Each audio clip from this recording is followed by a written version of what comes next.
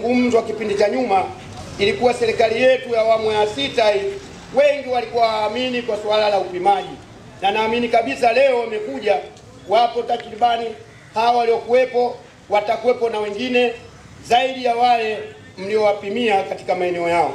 Lakini tumeshukuru Mheshimiwa Kamishna wa Ardhi kwa kupima eneo hili urasimishaji, tumeweza kufanikisha, na watendaji wako tunawashukuru sana chini ya uongozi wake Mheshimiwa mkurugenzi wa halmashauri ya wilaya, kwa sababu sisi kama serikali ya kijiji tumeshirikiana nao kwa nguvu moja, na wao wakapima, na hatimaye leo wanakabidhiwa hati zao, wanaweza wakakopa maeneo yote, benki ya NMB, CRDB na maeneo mengine.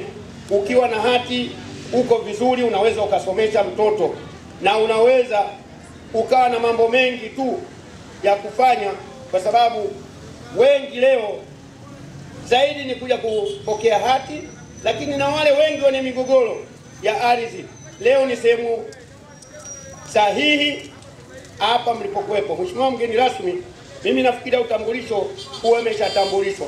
Kilichobakia hapa mimi kutoa tu shukrani zangu za dhati kwa kamishna ardhi, lakini na mkurugenzi wa halmashauri kwa kazi kubwa uliyofanya ya kumsaidia Mheshimiwa Dr. Samia Suluhu Hassan. Yeye ni rais wa Jamhuri ya Muungano wa Tanzania awamu ya sita, na wananchi wana imani kubwa na serikali hii ya Jamhuri ya Muungano wa Tanzania chini ya uongozi wake Mheshimiwa Dr. Samia Suluhu Hassan, kwa sababu Kilindoni ilikuwa zamani migogoro iko mingi, lakini sasa hivi imepungua kidogo kutokana na upimaji wa maeneo haya. Mimi nilikuwa silali, sikae vizuri, na mwisho wa siku tulikuwa wakati mwingine tunagombana na mkurugenzi, lakini kwa heshima na taadhima jinsi walivyonisaidia, sasa hivi yaliyokuwepo sio makubwa sana kuliko yale ya mwanzo, kwa sababu imani ya wananchi ilikuwa haipo kama nilivyosema mara ya pili.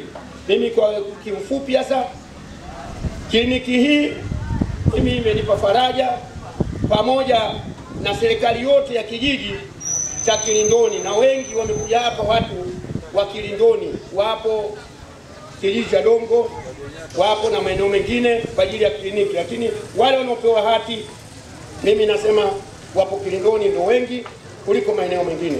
Baada ya kusema hayo, kwa heshima na taadhima, mimi nakushukuruni mliofika wote, na wale wengine tutajitahidi kufika ikiwa kesho, kwa sababu kliniki ipo mpaka siku 3.